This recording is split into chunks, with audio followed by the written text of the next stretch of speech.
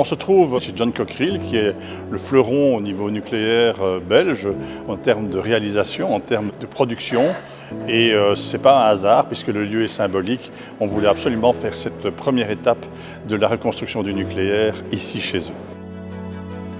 C'est effectivement une renaissance, puisque pendant 20 ans, le nucléaire a été un petit peu abandonné. Il y avait même une loi de sortie du nucléaire qui empêchait de pouvoir construire du nouveau nucléaire.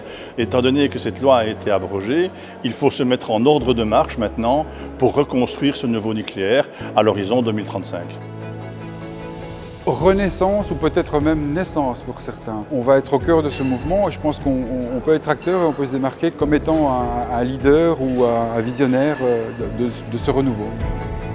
Évidemment que c'est source d'emploi, c'est aussi des métiers très qualifiés, mais aussi une chaîne de valeur qu'il faut recréer. Et à tous ces stades de la chaîne de valeur, la Belgique peut s'inscrire et justement ces vecteurs de croissance, ces vecteurs d'emploi, ces vecteurs aussi de richesse. Moi, il me semble que notre rôle, quelle que soit la décision politique, notre rôle à nous, industriels, c'est d'être prêts, relancer le nucléaire. Ce n'est pas l'affaire d'un opérateur ou une grosse entreprise, c'est tout un secteur qui doit se mobiliser.